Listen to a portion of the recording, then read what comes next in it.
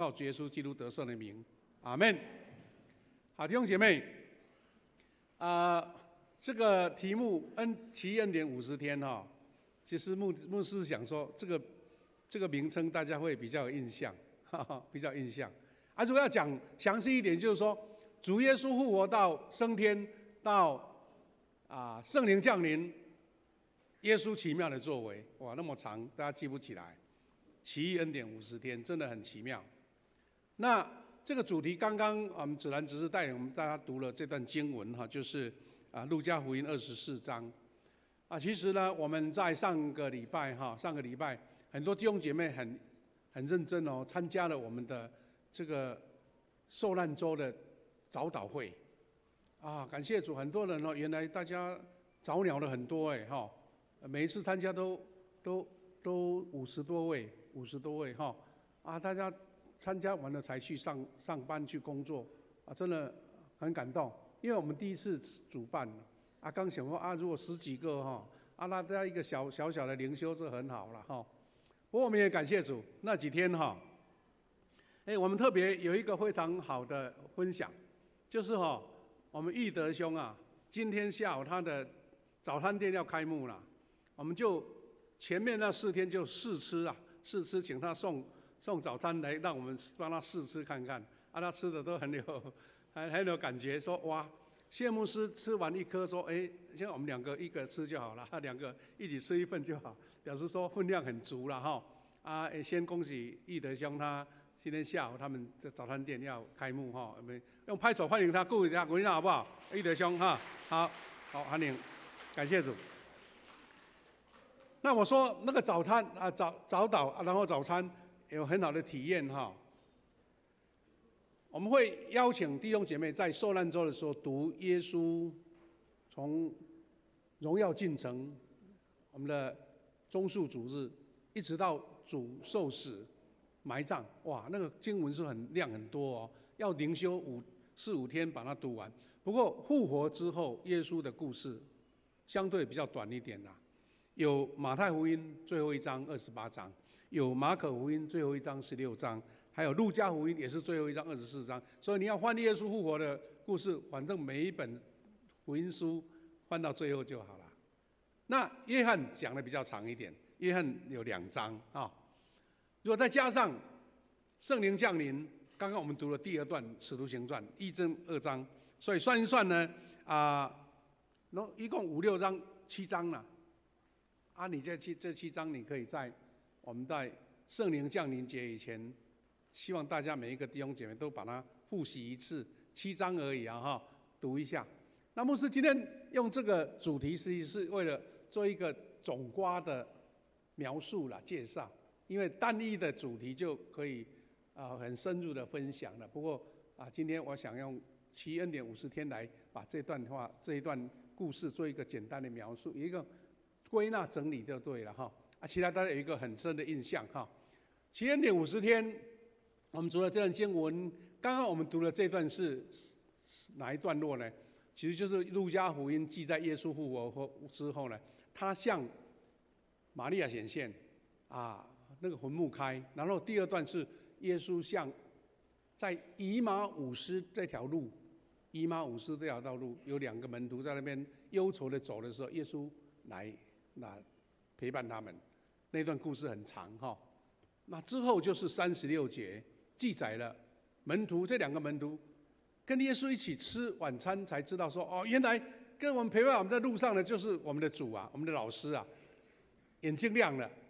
然后这段故事是说，他们之后赶快跑到门徒聚集的地方，给他们讲他们的经历这边就是在讲这一段这边怎么说呢？他们说在讲这个事的时候呢，忽然主亲自站在他们当中，对他们说：“愿你们平安。”2个门徒已经讲过了，彼得还有玛利亚，他们都已经给这些门徒讲过了，但是他们没有亲自经历听一听说干母呀，真的吗？你是不是伤心过度看到幻影，完全都不相信。直到耶稣对他们显现，他们还怎么样？惊慌战栗，以为看到什么，还不敢承认是耶稣，以为是看到幽灵这一段话就在讲耶稣跟门徒显现的故事。好，这一段呢，耶稣怎么样非常用心的给他们解说。耶稣对他们说：“你们为什么愁烦呢？烦忧呢？烦扰呢？为什么心里疑惑呢？看看我的手和脚，是我啊，不是别人啊！摸一摸我，你们就知道幽灵没有肉没有骨了，我有了。”哇，他甚至还把他复活后的身体要给他们学生查验了。那刚刚我们跳了一段没讲，牧师也接一下哈，蓝色的这一段，他说，耶稣就把手跟脚给他们看，他们还是不相信，却是惊喜交集。好了，第一段惊讶已经显示了，还是不相信，好像是又半信半疑。好了，耶稣用什么方法来说？来，一起吃饭啊，把心情放松下来。我跟你们一起吃饭，总能理解我复活了吧？好，看到幽灵又不用吃饭，对不对？所以呢，吃饭是一个很有特殊的场合哎。看有没有吃的，他们就拿一片烤鱼给他哈，然后耶稣接过来，在他面前吃了。然后耶稣对他们说：“这一切事是从前我和你们在一起的时候告诉过你们的。摩西的律法、先知的书和诗篇所叙述关于我的每一件事情都必须实现。”耶稣不厌其烦的给他们显现，给他们展示他复活的身体，还有跟他们一起吃东西，还跟他们讲说：之前三年哈，我上的课，现在补课一下。来补课一下啊，印证圣经所讲的。我今天跟你们实际验证了。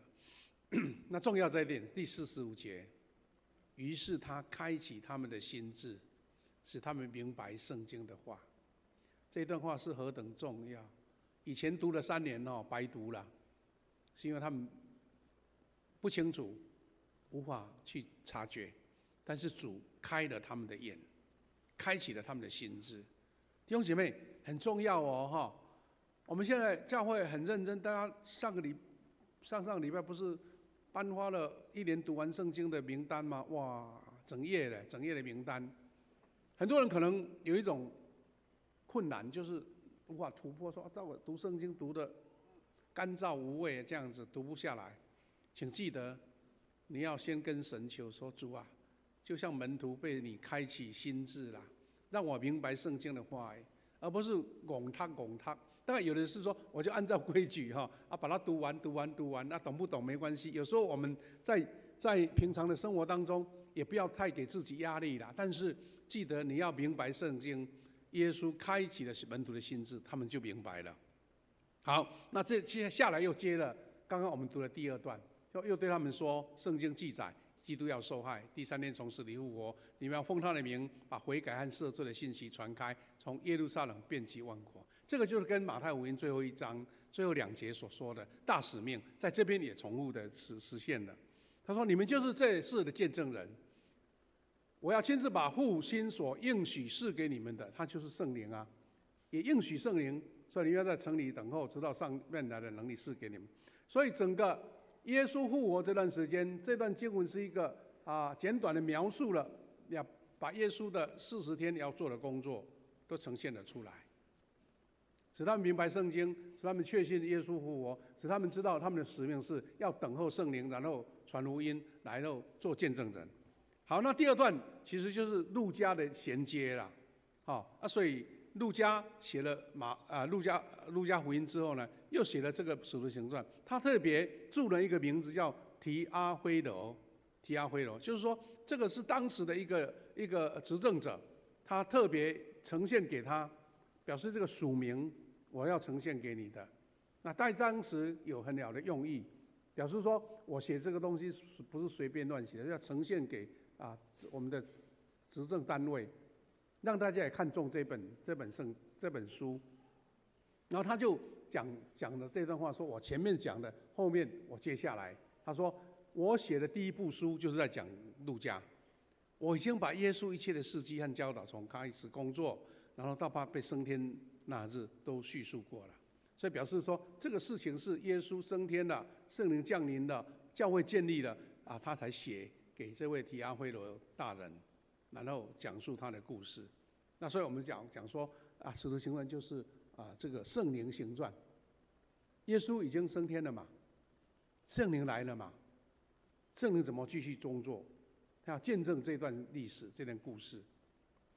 他说，在升天以前，他借着圣灵的力量，给自己所选召的使徒许多的指示。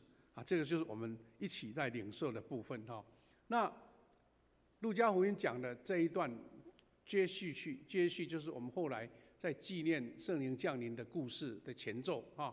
第3节他说，受害40天当中，曾经向他们的显现了许多次，用不同的方法证明自己是活着的，又向他们讲论上帝国的事。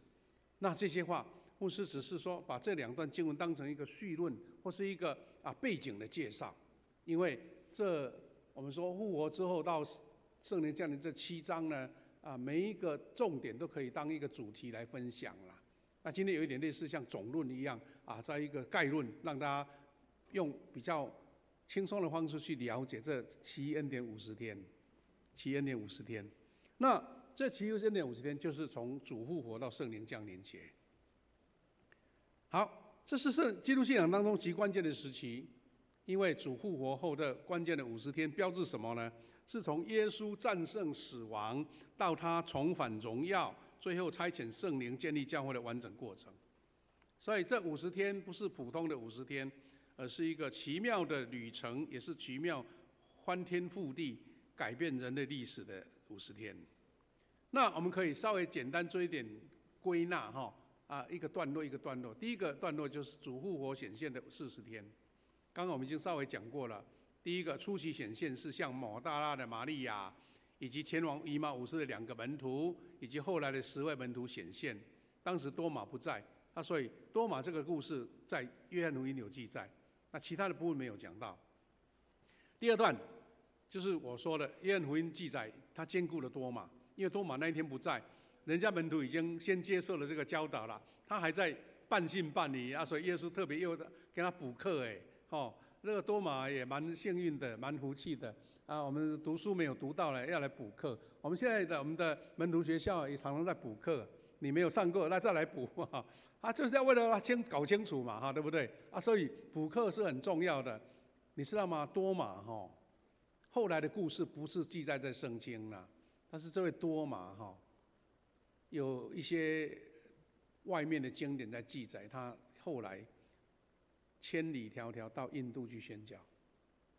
他觉得我太亏欠了，学生当中我掉卡位现在要跑最远，要去传福音所以神用不同的方式在引导、在修复、在医治那第3个就是约翰福音记载的，也是约翰之前记载，提比里亚海，就是加利利海的旁边。耶稣3次问彼得说：“你爱我吗？”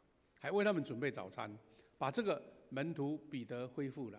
所以你看，恢复了门徒，恢复了多马，恢复了在以马忤斯两个门徒，现在又恢复了他的这个头号的这个门徒，就是彼得。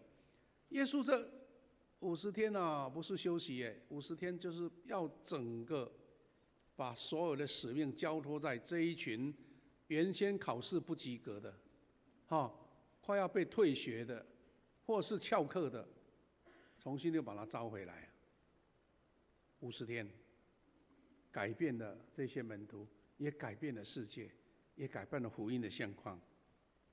最后他颁布大使命，刚刚我们的路加福音的后段也是读到了，在加利利的山上，耶稣吩咐门徒要他们去做万民的使徒。那这是这40天。那在第40天呢？圣经有记载说是升天的日子，耶稣带了门徒到耶路撒冷附近的橄榄山一个地方叫橄榄山。所以你知道我们台湾有很多灵修营地叫橄榄山，我们在永康那边就有一个橄榄山最近听说要拍卖了，因为已经被市区包围了所以橄榄山以前是谢牧师的时代，参加灵修会的时代现在都已经被大楼包围住了所以比较没有那种山上清幽的感觉了很多地方取名叫橄榄山，因为橄榄山就是耶稣升天的地点。主耶稣在升天的时候给他们应许说，圣灵要降临，门徒要得着能力，跟刚刚的路加福音有一个对称那升天的时候有一个景象，就是耶稣在他们面前升天，被接升天，然后有一朵云彩把他接住了。那一个重要的点是天使那个时候显现做预言说宣告，这离开你们被接升天的耶稣，你们要看他怎样往天上去，也要怎样来。好了，耶稣升天了，那40天呢？那50天圣灵降临呢？这10天干嘛？10天就让他们沉淀。门徒这10天就是等候预备的时期。门徒这个时候心窍开了，他知道说，凭他们这一群学生的角色是放牛班的啦，靠自己没办法啦，所以要谦卑认罪，谦卑悔改，虔诚祷告。耶稣说：“你们要等候，等候圣灵来。”他们后面眼睛被开启了，看懂圣经，读懂圣经了。第二个，耶稣告诉他们说：“不是凭你们的血气之勇，你们要等候圣灵，因为只有圣灵才有办法让你们引导你们走前面的道路。”我们都知道，圣灵降临、教会建立以后，迫害也来了，门徒受迫害的太多了。怎么样去承受这样的极大的压力、极大的挑战？所以马可楼的祷告，有120个人在那边同心祷告，他们知道，唯一的就是等候圣灵，唯一的就是谦卑认罪，唯一的就是在主面前承认自己的不足。所以台湾有很多地方很多祷告的地点，他们就把它叫马可楼马可楼，特别是在有楼层的地方那我们教会也有马可楼我们的祷告室我们的祷告室就叫马可楼也可以这样称呼好，那边是安静等候的，等候祷告，等候圣灵的降临。在这段时间10天当中，他们有做了一件事情，圣经有记载说，他们补选了马提亚来当替补犹大。我们知道犹大出卖了耶稣嘛，就自己死于非命，所以他们补提了马提亚来。好了，按照时间轴，第4个段落就是50天到了，圣灵降临节、五旬节。五旬节我们有习惯外文的叫 Pentecost。Pentecost 它其实就是跟希腊文很像的拼音就是50的意思啦。所以变成50就是圣灵降临节。但这个50有在犹太人的事工里面、犹太人历史里面有很深的渊源这个50怎么样呢？五旬节原来是犹太历当中在庆祝收成的节期啦，叫七夕节，49天。然后隔天他们就一起庆祝热闹这个丰收。但是后来耶稣复活50天，圣灵降临，就有一个全新的意义，有旧的一个记录，一个新的意义一起呈现了。所以我们可以这样了解说，从逾越节耶稣受难与复活的背景的次日算起，经过7个安息日，第50天就叫五旬节。所以现在基督徒或是我们这个新教了，我们说不是犹太教的，都很认同这个五旬节有2层的意义，一个是旧的一个是新的。所以这个有一个对比下面这一段话就是这样子，它象征怎么样？从得救，原来是出埃及的得救，现在变成复活的得救；原来是得生命的能力，因为把那个摩西呢颁布了律法，让以色列百姓跟神契约，有一个得生命的能力。到后来是怎么样？圣灵降临，把这个生命的能力从神的能力直接浇灌在每一个基督徒的手中、的身上。所以这段时间轴显示了上帝一个很精密的计划，从复活的证据到升天的主权，到最后圣灵带来的能力，都在这50天中，耶稣基督的行仪，还有上帝的美好的安排，把这奇妙的恩典50天完全的呈现出来了感谢主。那这圣灵降临呢，有很多记录，我们在圣灵降临节的时候可以再复习。第一个，圣灵充满，我们看到门徒聚集的时候，有声响如大风吹过，舌头如火焰落在他们头上，在这个使徒行传所记载的。还有第2点是他们会说方言做见证，门徒受感说各国的方言，而且宣扬上帝的作为。还有我们知道说圣灵降临节就是教会的诞生。所以彼得当天在圣灵降临节的时候，大家因为受感了，圣灵的火在他们身上了，他勇敢见证了。原来是逃跑的啊，原先是躲藏的哦，原先是一个退学的学生哦，现在走上台了，宣告说这些学生满血复活了，满血回归了，因为不是靠我了，圣灵在我们当中，所以他们将一切的耻辱、一切的羞辱、一切的失败，完全一扫而空，而是让教会在那个时间诞生，也象征着所有的门徒悔改了，圣灵重新充满了他们，所以他们变成一个强有力的宣教，就是做见证人了。那这个50天真的是奇妙哈，一件再过一件。我们再把它做一个比较符合我们现况的描述了。那这样，今年的2026年，我们的复活节到圣灵降临节的节期怎么算啊？这样大家会比较有具体概念了。第一个，这时间轴我们在上个礼拜天4月5号举行主耶稣复活庆祝，对不对？好，从这天算起复活嘛。那第一天到40天，就是4月5号到5月13，40天复活的复活的显现跟教导。那40天怎么算呢？40天就是在5月14号，今年的5月14号就是40天那一天，耶稣升天了。因为一般传统的教会节期都耶稣升天日就是礼拜4，因为就是从复活节第一天开始算到40天嘛，所以就是在礼拜4就是耶稣升天日，然后有10天的等待、祷告、等待、等候，就他们在这一个马可楼，那就是5月14到5月20，今年这个节期的算法。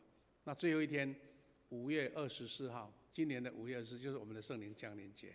感谢主，那一天我们要举行圣餐，上个礼拜才举行，对不对？我们大概复活节圣餐，然后圣灵降临圣餐前后距离50天，50天。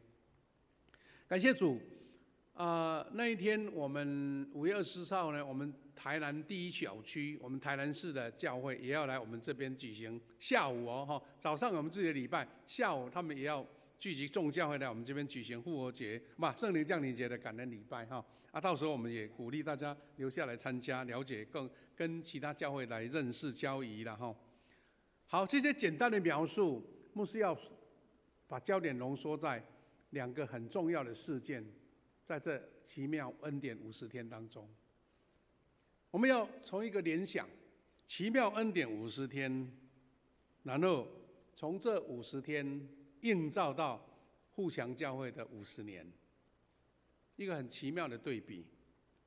第一个，在以马忤斯的路上，路加福音记载的，这2个门徒从眼睛迷糊到心里火热。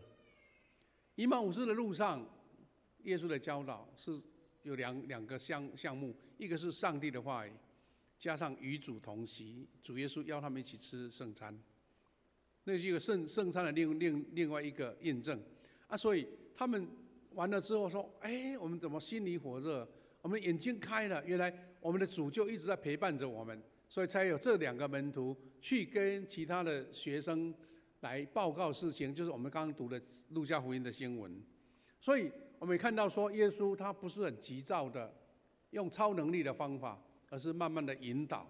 所以耶稣的陪伴、圣经的话语，成为驱散属灵盲目的唯一良药。弟兄姐妹，我们在小组里面也常常会有遇到这样的状况，可能有的弟兄姐妹他的进度不够不清楚明白，我们不要那么的急躁，觉得他孺子不可教也，不是耶稣就慢慢引导，慢慢陪伴，当他眼睛开了，就明白所学的、所读的。感谢主。那这门徒经历了这几样不同的阶段，第一个是迷茫跟哀伤。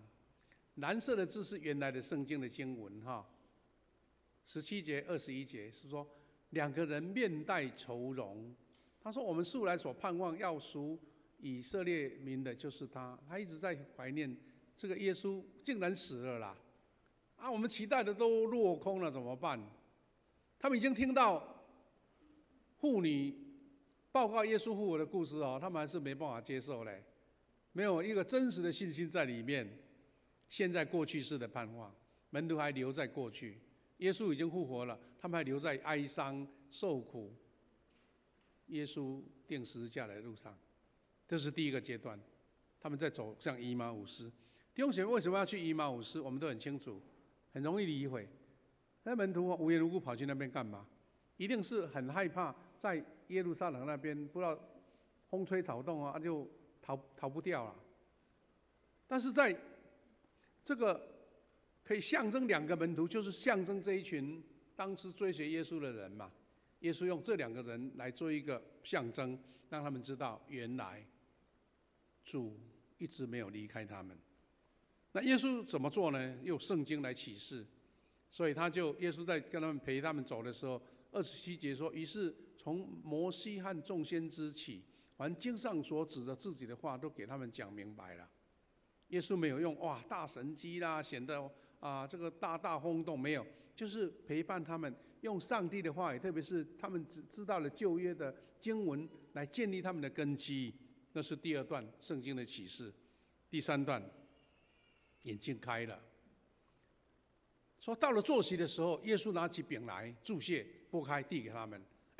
门徒眼睛明亮，原来我们的主就一直陪伴着我们，这个人搞不清楚啊，到底是伤心过度啊，眼睛疲劳啊，也看不出来但是也可以象征一种，就是他们的灵里疲惫，根本无法去认知这位复活的耶稣。所以这个也象征一个圣餐的举动。我们平常在圣餐我们都纪念礼拜四，有没有？上周的礼拜四一个圣餐日，耶稣的最后晚餐嘛。但是这个也是另外一种耶稣复活之后的圣餐的一个动作。他在团契跟擘饼当中，从理性的认知转化为灵里的看见，门徒完全清楚明白，所以他们才会这两个门徒才会赶快再回去呀。本来去以马忤斯，回到耶路撒冷，告诉那另外10个门徒啊。那这个是改变，从这2个门徒也没有记载是谁呀。应该算是耶稣所教导的学生当中，除了12门使徒以外，其他的学生。所以2个门徒改变了，行动转向了。圣经记载说，他们就立刻起身回耶路撒冷去。不是要去以马忤斯吗？怎么跑回去了？完全生命改变，生命改变。原来要逃离的，现在回去了。所以遇见复活的主，会让原本逃避离开耶路撒冷的人转向回去见证，回去社群的。弟兄姐妹，你曾经在人生的生命经历当中，是不是有很多事情你曾经想要逃离，因为你没有办法处理，但是神给你能力的时候，你直接去面对，而且把负的变正的，把攻击的变成接纳，把失败变成成功，这才是我们说复活的力量啊！复活的力量不是一种知识性的认知，耶稣基督高高在上了，而是在你的生命每天的生活当中都要经历这个复活的能力。2个门徒就很实际的证明啊。好，那另外一个很重要的事件，就是说很单独描述的，就是彼得的修复。约翰福音21章1到19节，彼得从3次否认到3次受托，这也是非常有趣的哈。一场在海边烤炭火的精准医治，耶稣的修复是什么呢？不急呀，先吃饱再讲。所以这个可以印证到什么事呢？弟兄姐妹，我们现在在忙着要庆祝50周年，对不对？50周年庆祝以后，我们要启动了今年的幸福小组，还有我们的幸福餐会，或是福音茶会。为什么要吃呢？我们是有根据的，耶稣就是这样子做。耶稣跟2个门徒在以马忤斯先吃饭，他们就眼开了。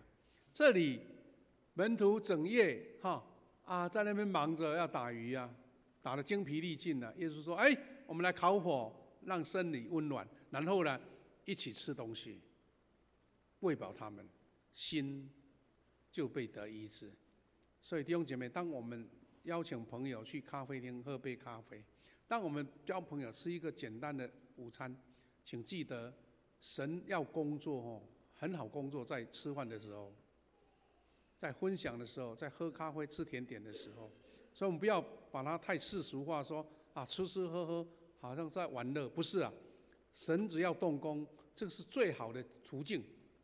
就好像我们去交谊，我们为什么我们要去旅游，邀朋友一起来呢？因为这个就是放松的时刻嘛，就心情敞开的时候嘛。所以耶稣用这样的方式医治了彼得，先喂饱来医治心。耶稣没有责备彼得那一夜的逃跑，而是问他说：“你现在爱我吗？”哇，用另外的话来掩盖彼得的心虚啦。所以这告诉我们说，我们服事主的动机呢，不是说啊我完美无缺啊，我教会没有缺席，聚会没有缺席，我小组很认真哈，我应该检讨的我都没有，我都标准的，不是用这种方式来服事主啦。服事主是因为对于主的爱。你只是一个残缺的，你是一个不足的，或是圣经读还不太懂的，或是祷告不下几句的，你只要是爱主，你就会被神所使用。那是很奇妙的事情，不是哇你很完美的才能服侍主啊，是因为你爱主。所以莫大拉的玛利亚，她用香膏来服侍主，这是同样的意思啊。因为很多罪人在主面前得救啊。弟兄姐妹，彼得呢有3次，其实那些语句都是很重复啦。耶稣第一次问他说：“你爱我比这更深吗？”他是要来破碎他，因为以前彼得太骄傲了，他是门徒的大门徒哎，什么事情都跑最先的，他是领袖哎，但他是自傲，祖先把他的锐气磨掉了，所以他说：“你喂养我的羊。”第2次，彼得修什么？主耶稣再问一次：“你爱我吗？”彼得不再依赖血气的冲动了，而是谦卑承认自己的软弱，先克服他的骄傲或是自傲。第2个，让他谦卑下来。主耶稣再次讲：“你牧养我的羊。”第3次是关键，耶稣同样问他：“你爱我吗？”圣经记载说，彼得因为第3次问而忧愁，面对那3次不认主的创伤，他面对了，他在这一次完全医治了。他知道耶稣完全没有责怪他的意思，耶稣是要使用他，让他成为最好的见证人。因为一个抛弃主耶稣3次的人重新被主使用，那你看还有什么样的人才不被神所使用呢？什么样的软弱的人不被神所修复呢？所以主耶稣再一次讲说：“你喂养我的羊。”感谢主，复活之主的医治模式有2个层次，从以马忤斯到彼得有不同的方式切入。第一个就是说，我们在看到耶稣医治的方式，其实也印证在我们的日常生活当中。你我现在的日常当中，第一个是什么？我们有时候对上帝的呼召看不懂。有时候我们同工邀请你来参加敬拜赞美团，或是邀你来参加那个交通指挥，有时候你会觉得说这个跟我不合啊，不像啊。但其实有时候我们要去询问神他的工作、他的呼召、他的使命是什么。当你清楚了，你就不会怀疑了。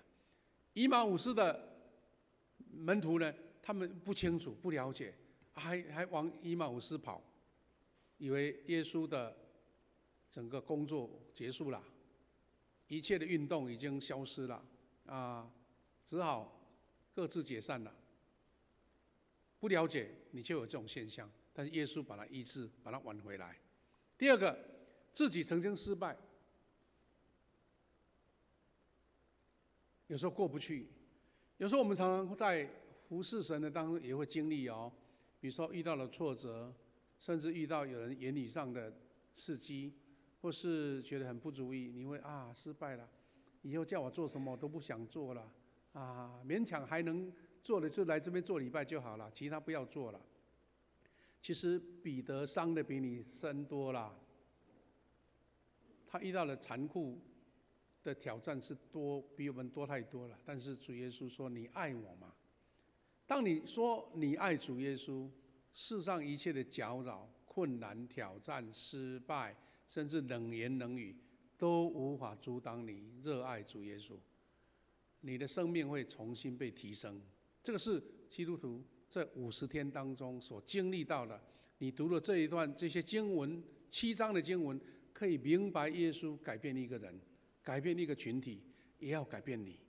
弟兄姐妹，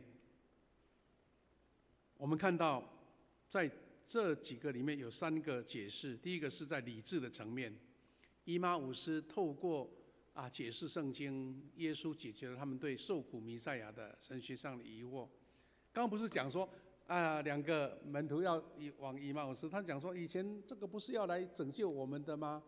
好像一个大英雄啊，进耶路撒冷，要来拯救。现在搞不好、搞不懂啊，被杀了，被钉十字架了，哎呦，他们只好皮亚蒙往以马忤斯去了。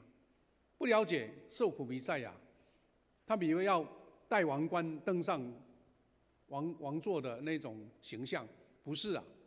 所以耶稣用这种方式让他们知道说，原来弥赛亚是受苦的弥赛亚。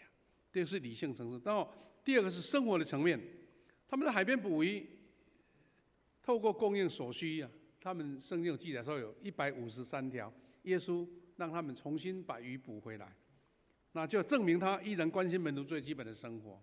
有圣经的解释家说153不是随随便便取的嘞，因为153就是门徒去把它捕回来，对不对？在象征说全人类的一个数字，全人类的一个数字，用153条鱼来表示。所以耶稣不是说你们要得人如鱼吗？好，鱼就回到网上了，鱼回到神的爱的网里面了这个是生活层面。第3个层面是灵魂的层面海边跟彼得的对话，透过爱的回应，将罪疚感转化成承担使命的能力。到最后，我牧师要再做一点回应了你一定会碰到，当然有时候人很客气，不会讲得太直接了，但是其实我们都会面对一句话说：你说耶稣复活，你拿什么证明啊？对不对？你拿什么证明？那些门徒证明有用吗？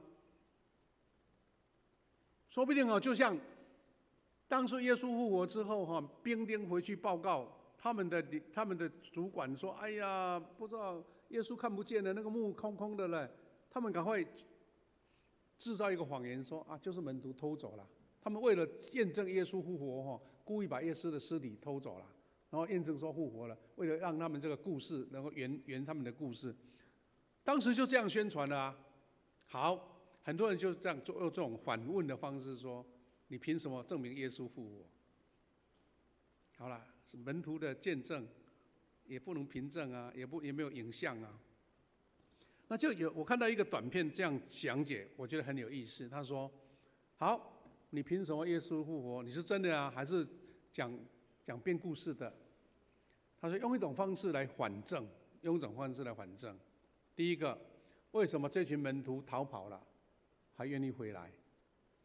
有什么事情让他们有这样的改变？”那更大的改变是说，我如果是为了要圆这个谎，一个耶稣复活本来是假的，我要把它讲成真的，好，讲完了就过了嘛，你又没有得到什么利益，对不对？我讲这个谎我人可以拿多少几十万给我，我可以蒙供也没有而且还为了证明这个是事实，愿意牺牲自己的生命，一代还不够。连续300年罗马统治的时期，许多门徒被迫害。圣经以外的外面的经典在记载，12个门徒当中大部分都是殉道，而且甚至好多位就像彼得一样是被倒钉十字架死的。如果是一个失败者被钉十字架，然后被埋到坟墓里面的。这群门徒即使是疯狂热衷就粉丝，总归是那一代见证讲完了就没事了。但是一代过一代，而且今天教会还继续存在，还继续在为这个事情做见证。他的意思就是说，没有人笨到为了一个不必要的谎言做见证，而且见证了300年，后续的教会还继续在做见证，很多人愿意为这件事情来牺牲。161年前还有那么多的宣教师在台湾还是一个不是很开花的，很多蚊虫、很多热带疾病的地方，很多苏格兰还有英国加拿大的宣教士要来这里。唯一的解释是耶稣不只是复活，而且他的大能在这50天当中圆满的把它展现出来，然后圣灵降临节，耶稣的能力就展现在所有的门徒当中。最后牧师要说的是说，这50很有意思，因为今年我们教会庆祝50禧年，从50天到50年，那么多么奇妙的对比啊！50天，主耶稣把门徒从一群弱小、逃避失败者，变成一个勇猛的传福音的使者。我们这50年把它扩大，主耶稣也同样恩典在我们富强教会当中。我们期待，我们继续在写故事。50天不是圣灵降临吗？我们叫做圣灵行传吗？门徒开始写教会的故事啊。我们50年经历了神的恩典，神要让我们从今年开始继续写使徒行传。我们很多教会曾经有一个教会，它叫做使徒29，还就是说我们再继续写使徒行传下一章，因为28章已经结束了，我们来写29章。期待富强教会是一个持续写使徒行传29章30章的教会。我们是在见证耶稣这50天印证到50年当中满满的恩典。